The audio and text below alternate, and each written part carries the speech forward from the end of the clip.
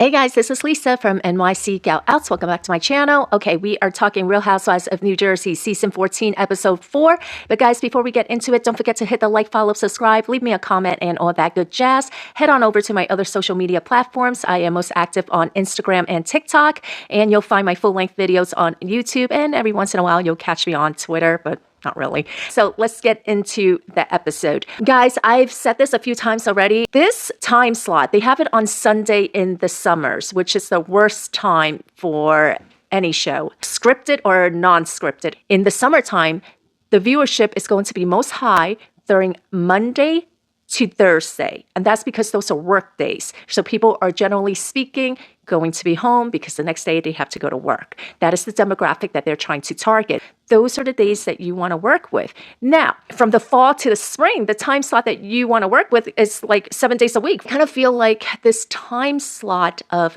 Real Housewives of New Jersey being put into Sunday night, they are now competing with the Summer Olympics. As you guys could see, I have the episode playing on in the background. So the episode starts off with Louis and Teresa dropping off Gabriella to the University of Michigan. Now, Gabriella is a very private person. Jen Aiden, she has a birthday party, a one-year birthday party for her dog, Biscuit. I love Olivia. She's so cute. There's just something about her. I think she's so adorable. Everybody comes to the party except for the other team. And during the party, a hairstylist, Lena, she talks about Danielle Krabash's charity event, and Jen Aiden gives us a little bit more insight as well. So apparently, Lena, she had did Danielle Krabash's hair for free. She opened her salon, and she even paid for her ticket. You know, I guess she didn't have a pink bracelet, so she couldn't be in the VIP lounge, and a waitress came up to her and said that she had to leave or something, and then I guess the waitress went and told Danielle Krabash what's happening, and Danielle, instead of like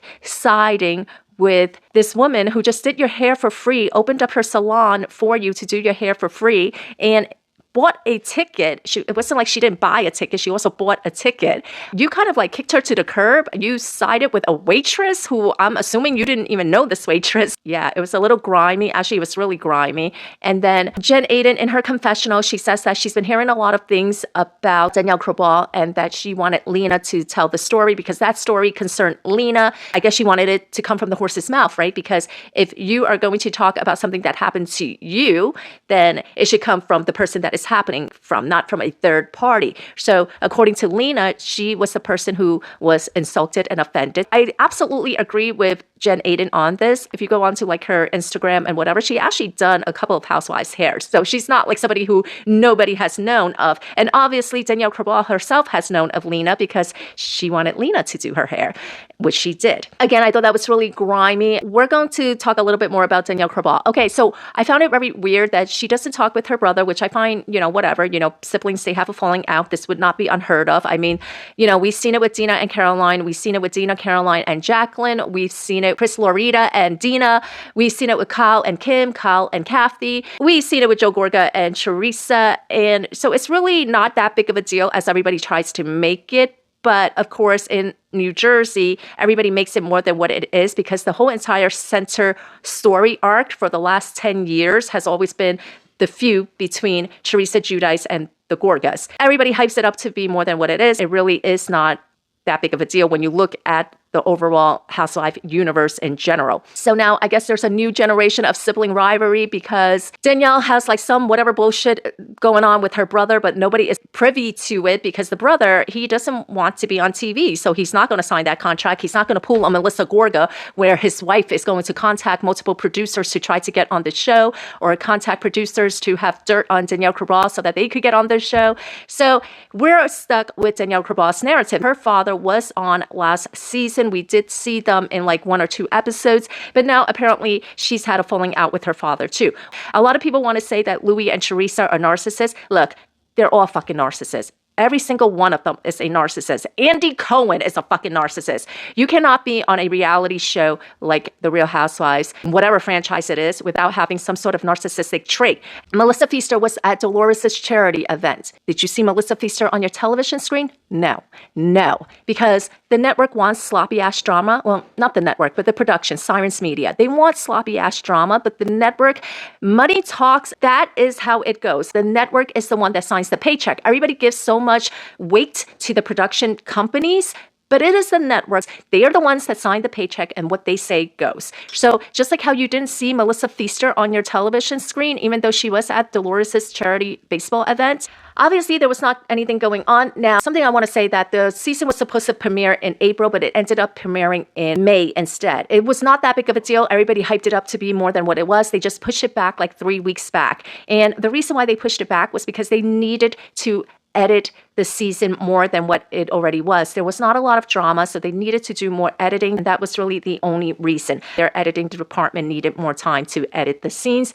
There was not a lot to work with. Teresa really did not have any interaction with any of the Gorgas or with Margaret Josephs, so they really had to scrape the bottom of the barrel, and stuff that is normally on the cutting floor, they had to pick it back up, slice it and paste it and whatever. I did not really care about what the fuck was going on with Margaret Josephs and her freaking crying over her ex that, like, listen to me. This woman has no storyline. She has the sorbet drink, which the network is not even showing anything about. They showed her drinking it in like the first episode, but she herself has not had like any launch parties or anything for it. That this woman really has nothing going on. I mean, maybe it's in her head she thinks she has something going on, but nobody is really that interested in watching her cry about, you know, Jan. Nobody is invested in Jan. And here is the thing. No one is invested in Margaret's life because she really doesn't have anyone in her life. She has her husband and that's it. And then she has Lexi, who lives in her garage, and she's trying to make Lexi happen. She tried to make Lexi happen last season, but it didn't happen.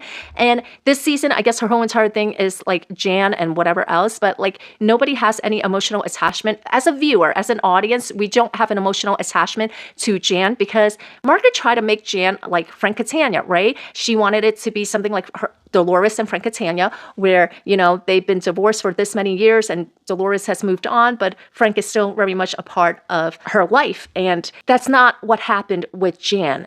She tried to make a big deal to have something to fight with Jackie about. Let me tell you about Jackie. The women are feeling a certain way about Jackie because they were very surprised that Jackie is back this season. Everybody was very surprised that Jackie was invited back again because they are wondering, well, how is she getting invited back? You could very obviously see it in Margaret Joseph's face. She was very annoyed and very whatever. She thinks that she is the ringleader. Like, no, honey, your whole entire storyline, your whole entire scenes, more or less, like it doesn't have anything to do with your actual life. Look, no one is really that invested in Margaret. Even if you don't like Teresa, she does not have the same fandom that Teresa has. She also doesn't have the same fandom that the Gorga has. No one is invested in Joe Bonino the way they are with Joe Gorga. Everybody hypes it up as a decision between Teresa and Melissa. I actually think it's a decision between Melissa and Margaret. They try to make something happen with her and her mom. That didn't really go anywhere. Again, Lexi, that didn't go anywhere. She tried to make something happen with Jan. That really didn't go anywhere. And also, when you look at Margaret, she really does not fit in with the group.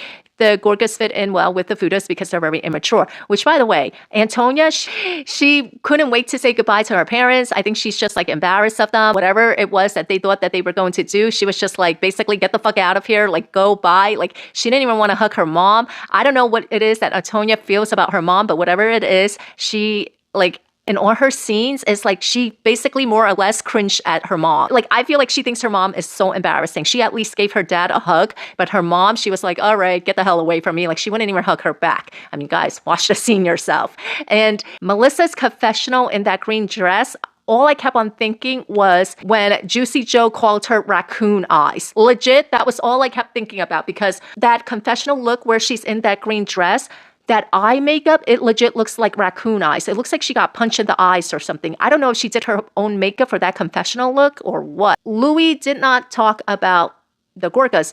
Bill Aiden went over, he tried to bring something up. And listen, usually when stuff like that happens, a field producer will go up to you and say, hey, you need to go and talk to this person about this, or you need to bring this up. I'm sure that a field producer, Bill Aiden's field producer, or the Aiden's field producer probably went up to him and say, hey, bring this up to Louis. He brought this up to Louis. Louis shut it down and he was like, I really don't talk about him.